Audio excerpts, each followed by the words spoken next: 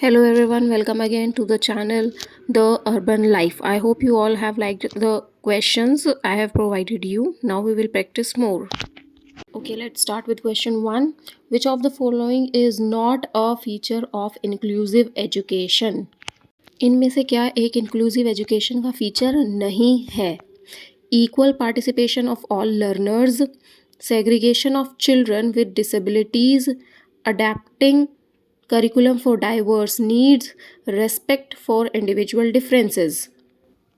सभी लर्नर्स का equal participation या फिर चिल्ड्रन विद डिसेबिलिटीज़ को सेग्रीगेट कर देना, adapting curricular for diverse needs मतलब अलग अलग नीड्स के अकॉर्डिंग करिकुलर को अडेप्ट करना, डी इंडिविजुअल डिफरेंसेस को रिस्पेक्ट करना. The answer is option number B, segregation of children with disabilities. ये इंक्लूसिव एजुकेशन का एक फीचर नहीं है. चिल्ड्रन विद डिसेबिलिटीज़ को सेग्रीगेट करना मीन्स अलग कर देना. Okay, moving on to the next question. What is the primary role of an IEP? IEP का प्राइमरी रोल क्या है? A, promote standardised testing, standardised testing को प्रमोट करना.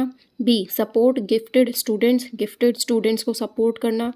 Tailor education to a child specific disability, एक child की specific disability के according उसकी education plan बनाना. डी, ट्रैक टीचर अटेंडेंस या फिर टीचर अटेंडेंस को ट्रैक करना.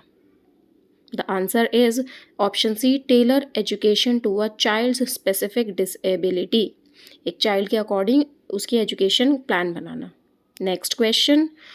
विच psychologist developed the zone of proximal development? Zone of proximal development किसने डेवलप किया था? ए, जीन पियाजे. B, Lev Vygotsky. C, BF Skinner. और D, Bruner. The answer is option number B, Lev Vygotsky. Lev Vygotsky was the scientist who developed zone of proximal development.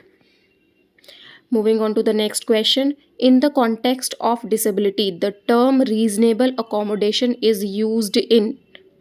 Disability के context में means संदर्भ में reasonable accommodation किस में use किया गया था? ये टर्म किस में यूज़ की गई थी? A, RTE act. B, RPWD act 2016. C, PWD act 1995. और डी, UNCRC.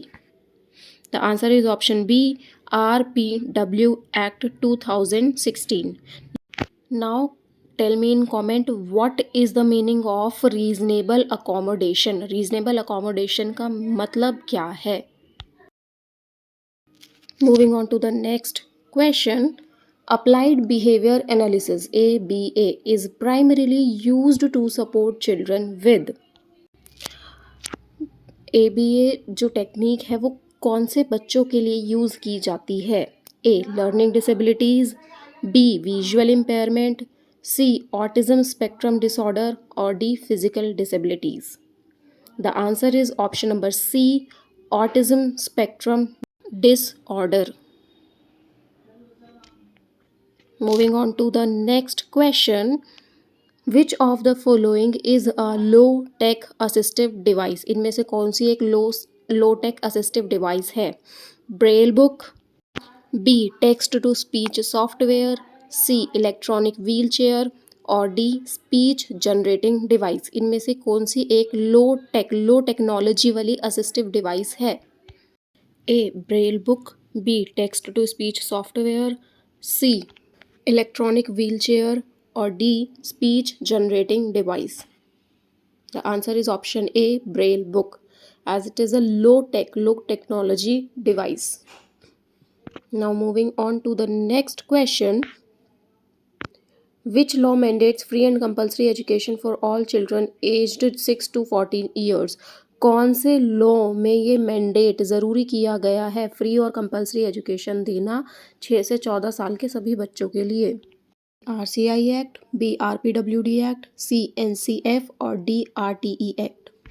इन सभी में से कौन से लॉ में मैंडेटरी है 6 से 14 साल के बच्चों के लिए फ्री और compulsory education? The answer is option number D, RTE act, right to education act. Now moving on to the next question. Which of the following disabilities is included in RPWD Act 2016 but not in the PWD Act 1995? इनमें से कौन सी disability RPWD act 2016 में थी लेकिन PWD act 1995 में नहीं? A blindness, B autism spectrum disorder, C hearing impairment और D mental illness. The answer is option number B, autism spectrum disorder. It was in RPWD Act 2016 but not in PWD Act 1995. Now moving on to the next question. The full form of IEP is a quite easy question. A. Individual evaluation plan. B. Inclusive education program. C. Individualized education plan और D. Integrated education policy. IEP की full form इनमें से क्या है? The answer is option number C. Individualized education plan. IEP की full form. Now moving on to the next question. Which of these is a principle of constructivist learning? इनमें से क्या एक constructivist learning का principle है? A. Rote memorization, teacher led instructions, C. Learning through discovery और D. Repetition without understanding. Constructivist learning का एक principle. The answer is option number C. Learning through discovery. Discovery के through learning होना is a principle of constructivist learning. I hope you all like the video. Do like, share and subscribe and share it with your friends, those who have exam. I hope you all have liked it and it will help you in your exam.